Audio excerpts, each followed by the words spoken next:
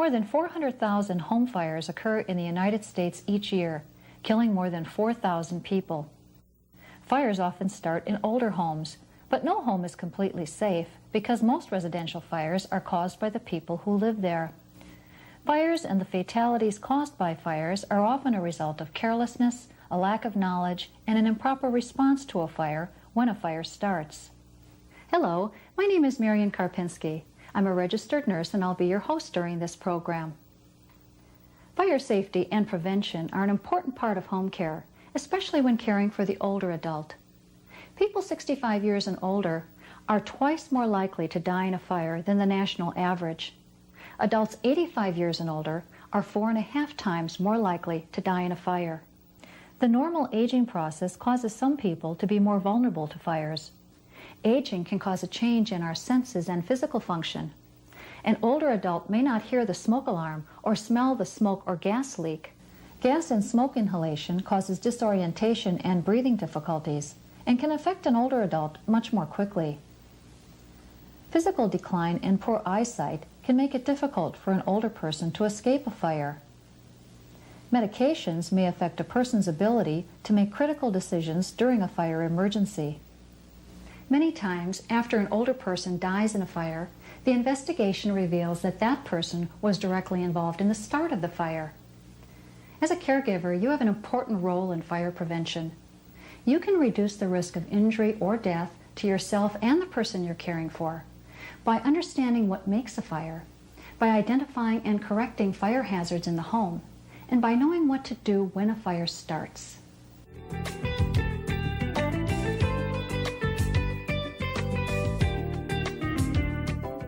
There are 4 components that are necessary for a fire to start. The first is oxygen, which is present in the air. The second element is fuel. Fuel is a material being burned. Fuel can include materials such as draperies and doilies, paper, wood, upholstery, gasoline, and propane. Heat is the third component. Heat provides the energy necessary to ignite the fuel. Some common sources of heat are stoves, fireplaces, cigarettes, wiring, hot water heaters, and furnaces. The fourth component is a rapid chemical chain reaction that can occur when oxygen, fuel, and heat combine.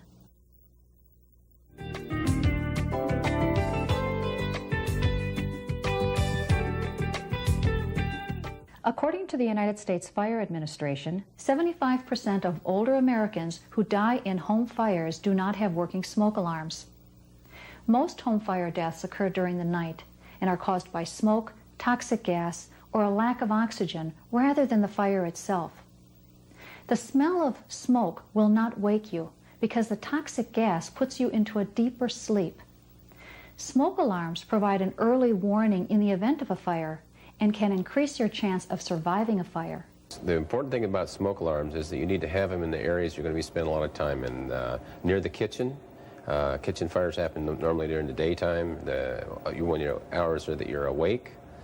You need to have near your bedroom so that when you're sleeping is the time that could be the most dangerous, because a fire can start in the opposite end of your house, and you need to have that smoke alarm detection so that you can wake up and get out of that house on time and as fast as possible.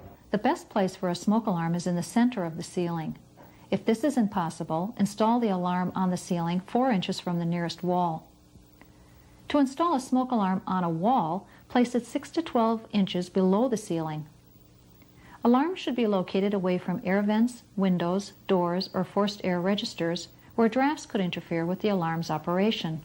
To be sure that the smoke alarms are in good working order, test them monthly. Batteries and bulbs should be checked twice a year.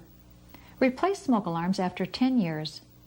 There are a variety of smoke alarms available, including disposable 10-year battery alarms and alarms with a hush reset feature. If you're caring for someone who is hearing impaired, there are smoke alarms equipped with strobe lights and vibrators. Before you install the alarm, follow the manufacturer's instructions on where to place the alarm and how to maintain it. If you have any questions, call your fire department. Some fire departments offer smoke alarm programs which include help with installation.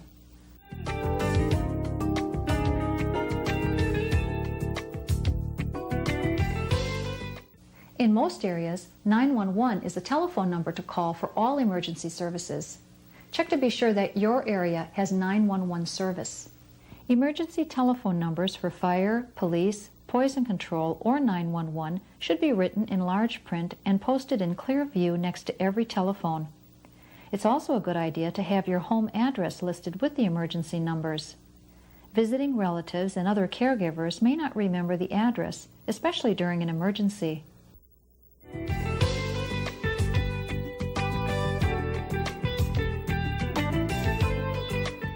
To make it easier for firefighters to find the home, be sure the address is visible from the roadway. Post address signs at the driveway entrance. Directional signs should be posted at all driveway forks.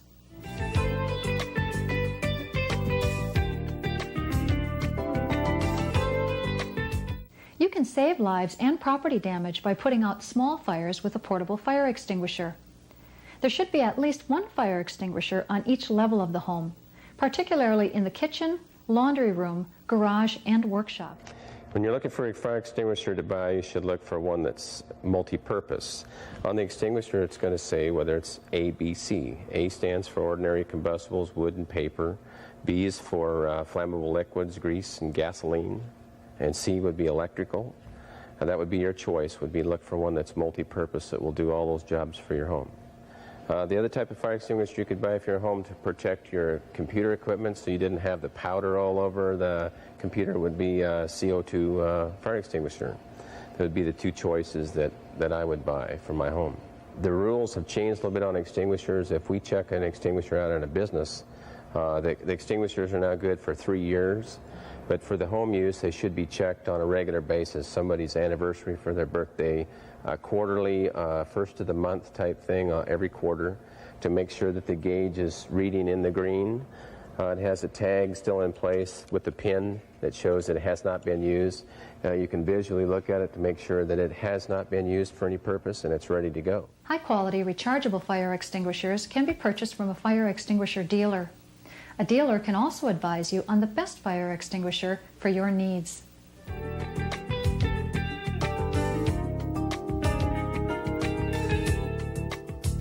Before you attempt to extinguish a fire, you need to call 911 or emergency services. You need to plan an escape route and have that to your back side. You need to stand 6 to 8 feet away from the fire. And remember a 4-step procedure that spells pass. Number 1 is pull the pin. Number 2 is aim the nozzle at the fire, base of the fire, squeeze the trigger, and sweep the base of the fire. Not the top of the flames, the base of the fire.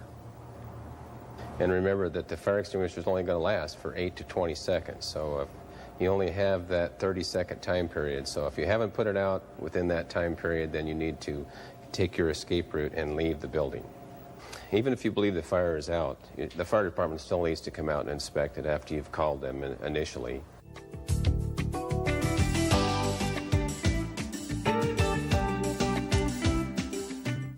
When a person is on fire, the stop, drop, and roll technique can be used to extinguish the fire. First, stop the person from running or walking, then help them drop to the floor. To smother the fire, roll the person across the floor several times until the fire is out, or use a blanket to put out the fire.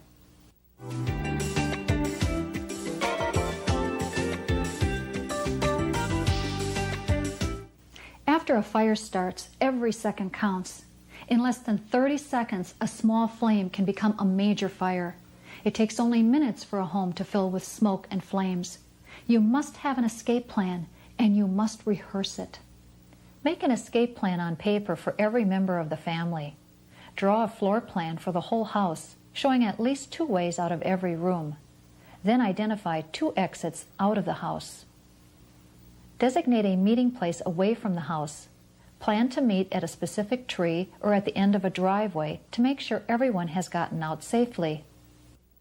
Practice your escape plan at least twice a year. Remember, fire will be black, not light. Don't forget to practice your escape plan in the dark or blindfolded. Practice crawling to and through exit routes. Sound the smoke alarm so that everyone knows what it sounds like. Be sure to teach children never to hide during a fire, especially from firefighters. Designate someone to be responsible for each small child, elderly, or disabled person who may not be able to get out on his or her own. Windows and doors that will be used as an exit should be kept unobstructed. If any windows have security bars, be sure the bars are equipped with a quick-release mechanism. UL-approved collapsible ladders are available for second-floor rooms. Be sure the ladder reaches the ground and can support the heaviest person in the home.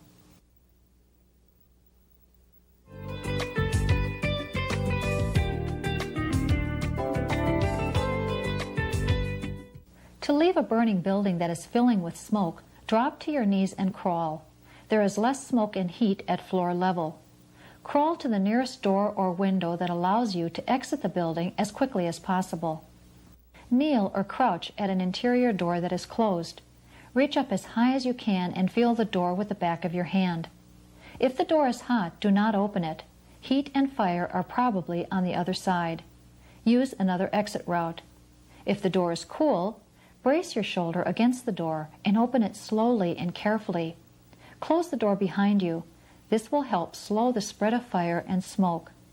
Leave the burning building as fast as you can. Do not stop for any reason.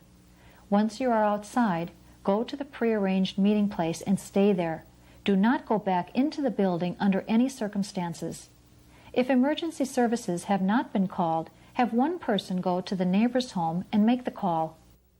If you are trapped in a burning building, close all doors between you and the fire and stuff towels, blankets, or rugs in the space between the door and the floor.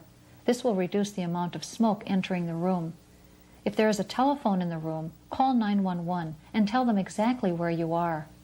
If possible, open a window and breathe the air from the bottom of the window. Wait at the window and signal for help with a flashlight or light-colored cloth. If you are in a burning multi-story building that has an elevator, do not try to use it. You could become trapped. Use the stairway instead.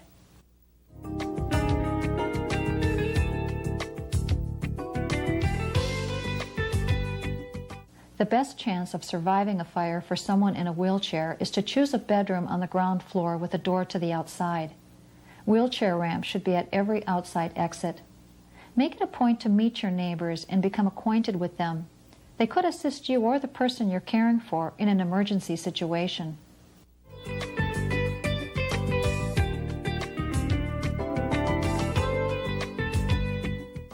When caring for someone on bed rest, the wrap and slide technique is a safe way to move that person out of danger. Use a blanket or sheet to wrap the person's body. Support their head and shoulders as you gently slide them off the bed in the direction of the exit.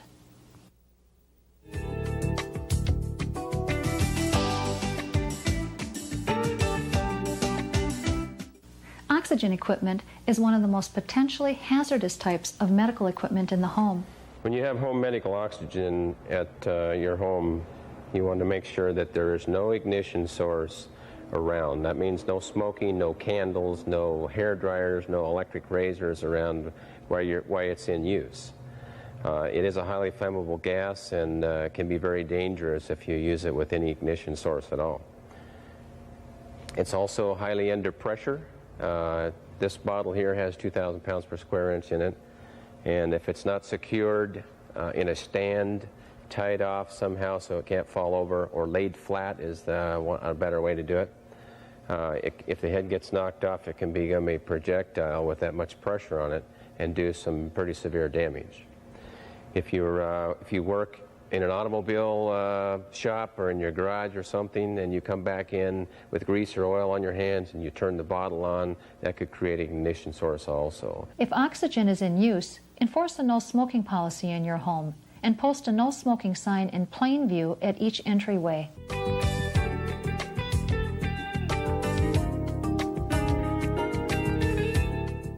Using the oven or stove as a heater in the kitchen can be dangerous. Do not store flammable items such as paper or cloth napkins in an oven. Someone could accidentally turn the oven on while these items are stored there. Never pour water on a grease fire because it will cause the fire to spread. If a fire starts in a pan, leave the pan on the stove, cover it with a lid, and turn off the heat source. Avoid cooking while wearing clothing with loose or dangly sleeves, which could catch on fire. Keep towels and pot holders away from the oven and burners. To prevent burns, turn pot handles inward away from the front of the stove so they're less likely to be pulled down or bumped. Never leave cooking unattended. Always keep a multi-purpose ABC model fire extinguisher in the kitchen that is easily seen and easy to get to.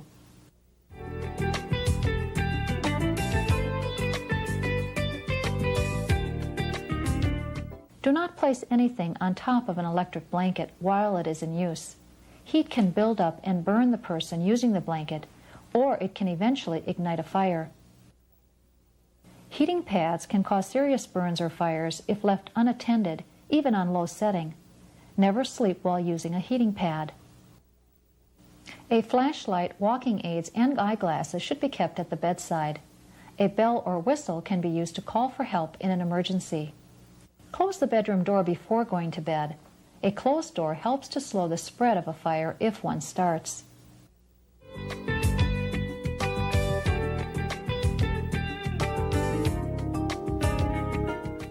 Outdated household wiring and overloaded electrical systems can cause fires to start. One way to reduce the risk of an electrical fire is to never use fuses or circuit breakers that are rated for a higher amperage than the circuit was designed for. To quickly turn off the electrical power to the house, locate and label the main electrical switch at the circuit breaker box so that it's easily visible during an emergency. If you suspect an electrical fire, call 911 or your local emergency number immediately, then turn off the main electrical supply to the house. Exposed wiring from switches and outlets is a shock hazard as well as a fire hazard. Be sure all outlets and switches in your home have cover plates installed with no wiring exposed. If young children are present, use outlet covers. If a cover plate of an outlet or switch feels warm to the touch, turn the switch off or unplug electrical cords from the outlet. This may be a sign of an unsafe wiring condition. Have an electrician check the wiring as soon as possible. The grounding feature provided by 3-pronged plugs and 3-holed receptacles is a safety feature designed to reduce the risk of shock. Never remove the grounding prong. If your outlet does not have 3 holes, use an adapter to connect a 3-pronged plug and make sure that the ground wire or tab is correctly attached to the outlet. Electrical cords should not be covered by rugs, carpets, or any other material that can become fuel for a fire. Never attach electrical cords to walls or baseboards with nails or staples. A staple or nail can puncture or damage wire insulation, which is used to isolate one wire from another. If you find a cord that is frayed or cracked, replace it immediately.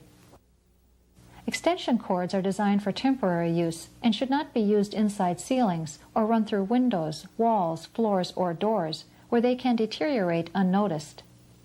Extension cords that are designed for interior use are not weather resistant and should not be used outdoors. Do not overload an extension cord. It can overheat and become a fire hazard. Never piggyback extension cords. Power strips can be convenient to use when multiple appliances are needed in the same location. If you use a power strip, be sure it is UL listed and has a built-in circuit breaker that cuts off electricity to the power strip when it becomes overloaded. Light bulbs generate heat. Ceiling fixtures, recessed lights, and hooded lamps trap and retain heat. If the wrong type of bulb is used, or one with a higher wattage than recommended, the light bulb and its fixture can overheat and start a fire. Use a bulb of no more than 60 watts if you cannot determine the correct wattage bulb for a particular fixture. Halogen lamps generate much more heat than standard incandescent light bulbs. To avoid starting a fire, do not use halogen lamps in areas where wind could cause curtains or any combustible material to come in contact with the bulb.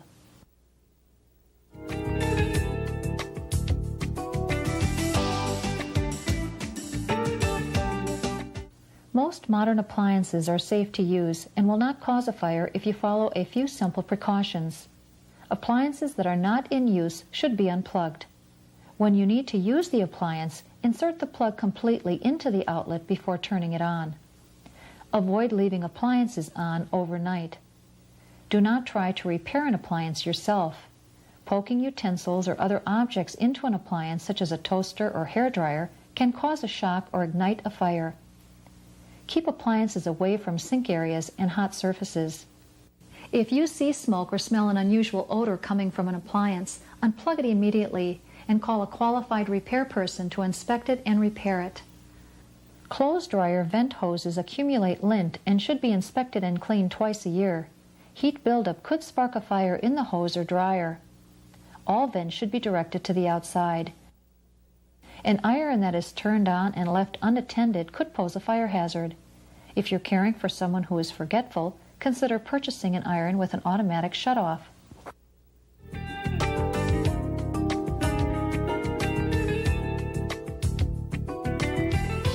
Well, the primary difference between natural gas and propane is the fact that natural gas is lighter than air, so natural gas will ultimately rise and dissipate. Propane, on the other hand, is heavier than air and it will settle down at the floor level. Both natural gas and propane, an odorant is added so that you can smell if there is a leak in your home. The other factor is you might hear gas escaping if you have a leak. Well, the odor actually in both cases smells a lot like rotten eggs, but if you're not sure what that odor is, you might contact your provider and find out if they can at least provide you with a sample of what that odor might smell like. All propane tanks and cylinders have a main shutoff valve.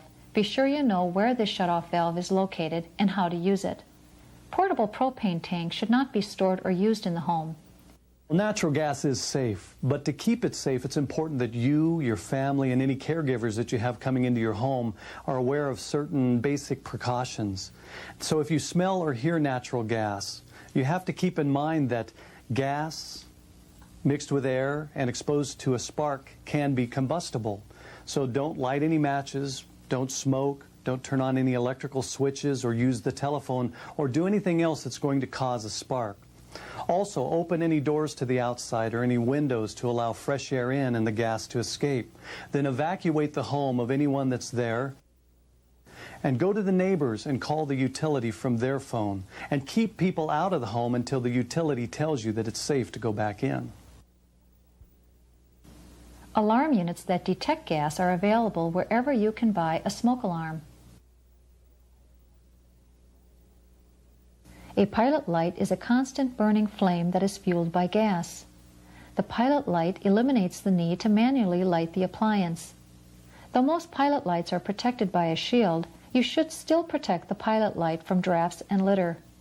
Do not store combustible liquids or materials near or on top a gas appliance. A pilot light could ignite any flammable material. Keep your gas appliances reliable and safe by having them inspected and cleaned once a year by a qualified service professional.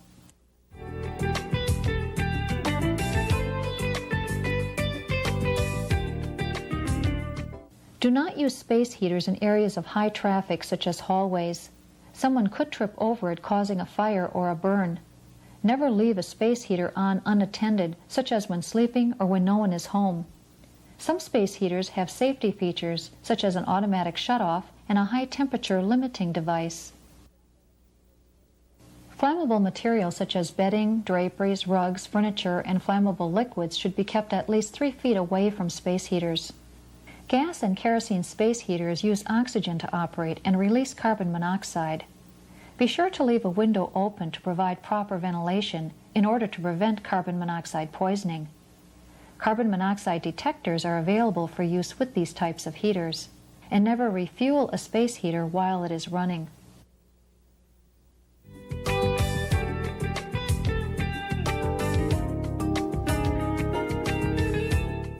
Creosote buildup in a stovepipe or chimney can ignite and cause a flue fire.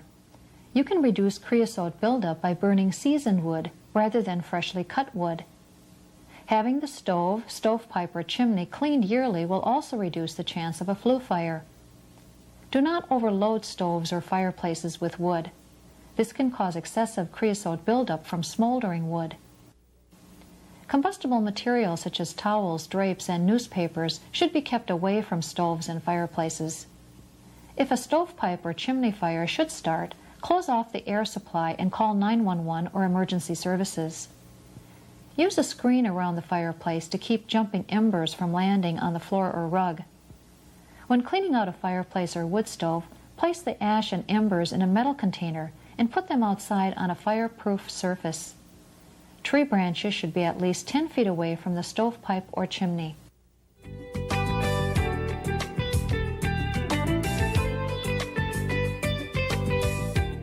Kerosene, gasoline, paint thinners, and other volatile materials should be stored in clearly marked sealed containers. Use metal containers for storage of mops, dust rags, gloves, painting equipment, and other oily supplies. Store all flammable liquid and supplies outside of the home or garage away from sunlight or any other heat source.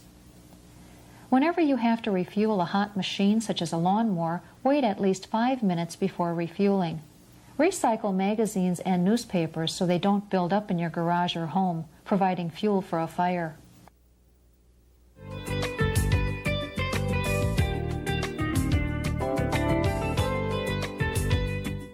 Hibachis or barbecue equipment should never be used indoors. Burning charcoal gives off lethal amounts of carbon monoxide and can cause death from toxic gas. To start a charcoal fire, use fire starter made of solid material. Be sure the grill is away from flammable materials such as low porch ceilings, walls, or shrubbery.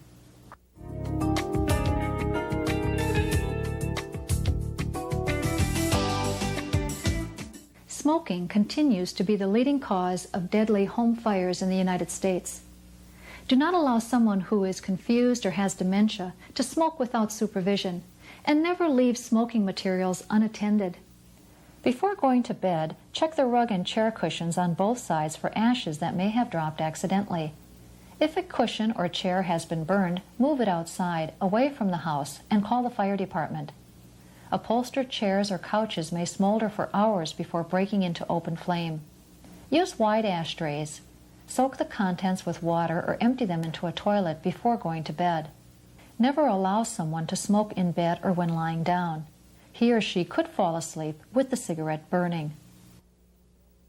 Do not store matches or lighters in direct sunlight or near heat sources which could spontaneously ignite them. Teach children that matches and lighters are not toys. You can prevent injury or death from a fire by having working smoke alarms and fire extinguishers installed throughout the home. To avoid panic when a smoke alarm goes off, practice exit drills.